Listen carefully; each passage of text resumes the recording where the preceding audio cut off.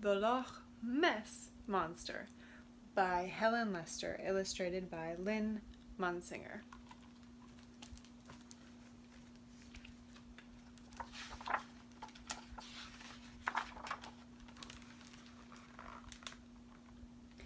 In faraway Scotland, there was a famous lake called Loch Ness, and legend had it that deep in this lake lived a monster. No one had ever seen it.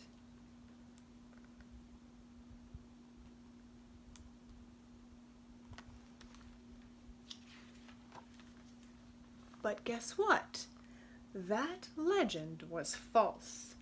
In truth, way, way down at the bottom of Loch Ness, there lived not one, but 3 monsters.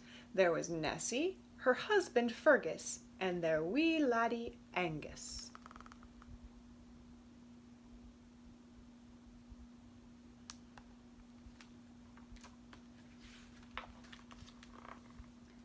From the time he was a baby, Angus's parents had taught him the 5 basic monster rules. Number 5, never behave in a monstrous manner. Number 4, never eat with your thumbs. Number 3, always say, "Excuse me," when you cough, sneeze, or burp. Number 2, always pick up after yourself. Number 1, never, ever, ever go up to the surface of the loch. So Angus was well behaved, ate with a spoon, and said, "Excuse me," when he coughed, sneezed, or burped. But as he grew bigger, so did his messes.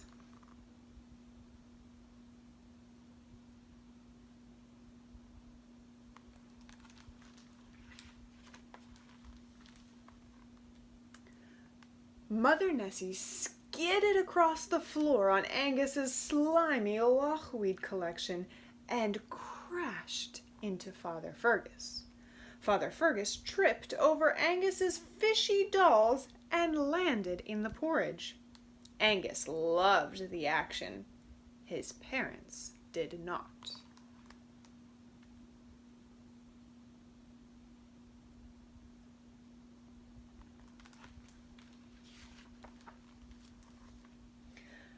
"Have you noticed that our laddie leaves skirps all over his dishes?" they asked, "and puggy-knit shells on the floor? And that his hummy-doddies are hopelessly mixed up? And that we're surrounded by grotty laundry? What had happened to their tidy home?" Angus had happened. It was time to enforce basic monster rule number 2. Always pick up after yourself.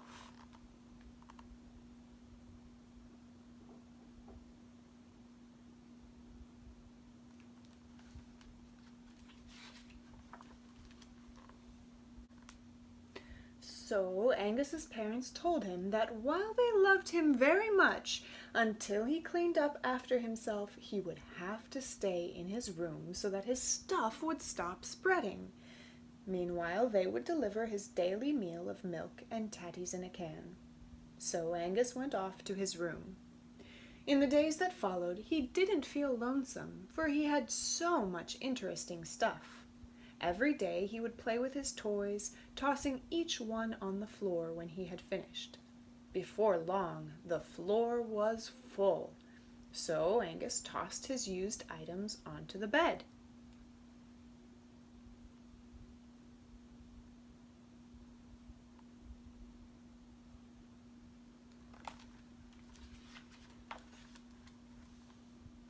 And a monstrously messy mountain began to grow.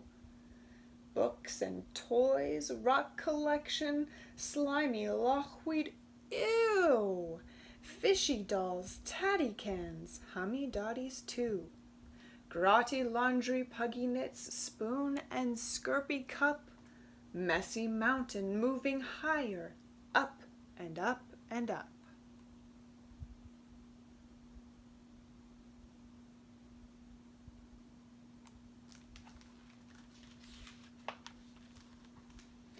At night, as was his habit, Angus would check to be sure there were no monsters under the bed. Then he would strap on his mountain gear and make the long climb to his lumpy sleeping perch.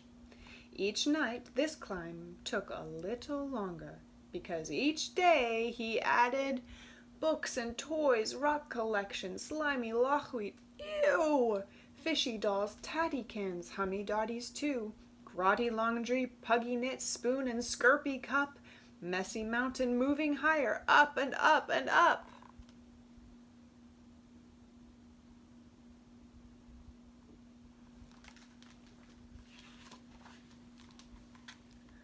Not only was the climb a long way up, on the nights when Angus fell out of bed, it was a long way down. Now Angus was beginning to miss his parents. He was uncomfortable on his lumpy bed and dreadfully hot as he neared the sun on the surface of the loch.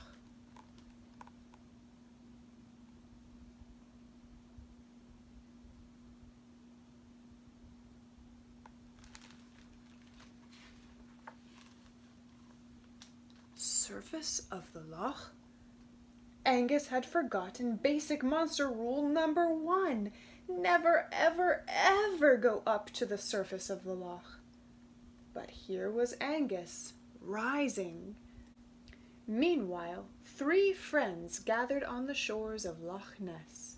A duck, a goat, and a Hieland coo looked out over the water as they had every morning for years, waiting patiently for the Loch Ness monster to appear.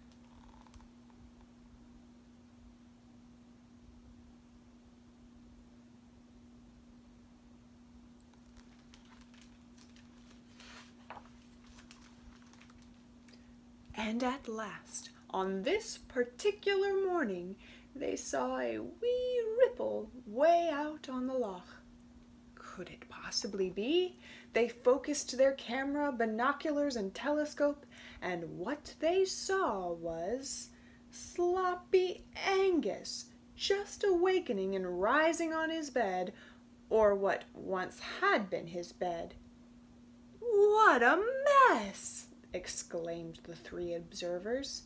The trio sadly shook their heads. "It's nae the Loch Ness monster, 'tis the Loch Mess monster."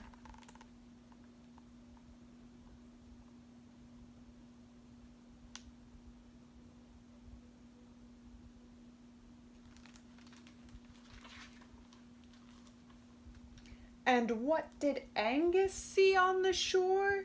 What he saw made him feel absolutely peely-wally. Monstrous land monsters. The little one had enormous feet that could probably stomp you flat in a second. The middle one had a hairy chin, fierce spears on its noggin, and big googly eyes. And the big one must have been 500 feet tall, with a long green snout. And it made the most horrible sound. Moo!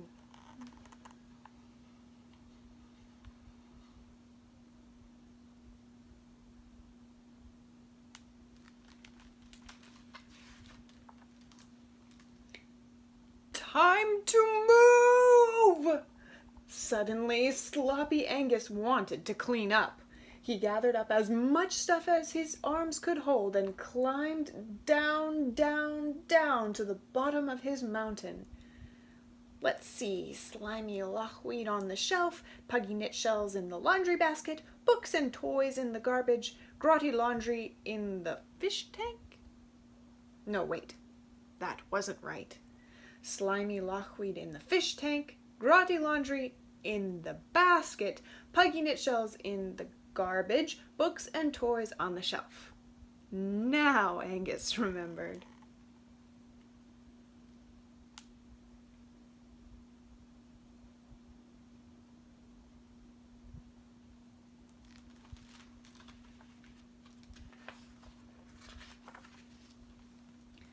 And up he went for another load. Up and down and up and down, load after load, until at last all of his stuff had found a place. Books and toys, rock collection, slimy lochweed, ew! Fishy dolls, tatty cans, hummy doddies too. Grotty laundry, puggy knit, spoon and skirpy cup. Messy mountain is no more. Angus cleaned it up.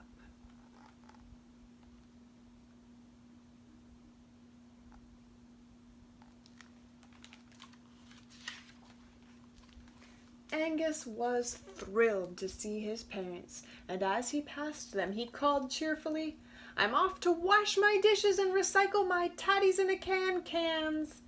His mother and father were concerned. "Are you peely-wally, laddie?" But Angus was not peely-wally. He was just glad to be plain Angus instead of sloppy Angus.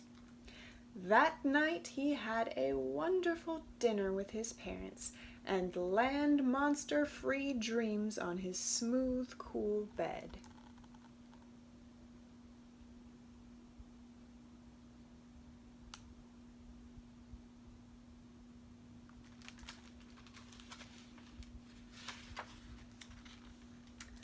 But Angus didn't want his parents to think he was perfect, so once in a while he acted a little bit monstrous and left a very wee mess.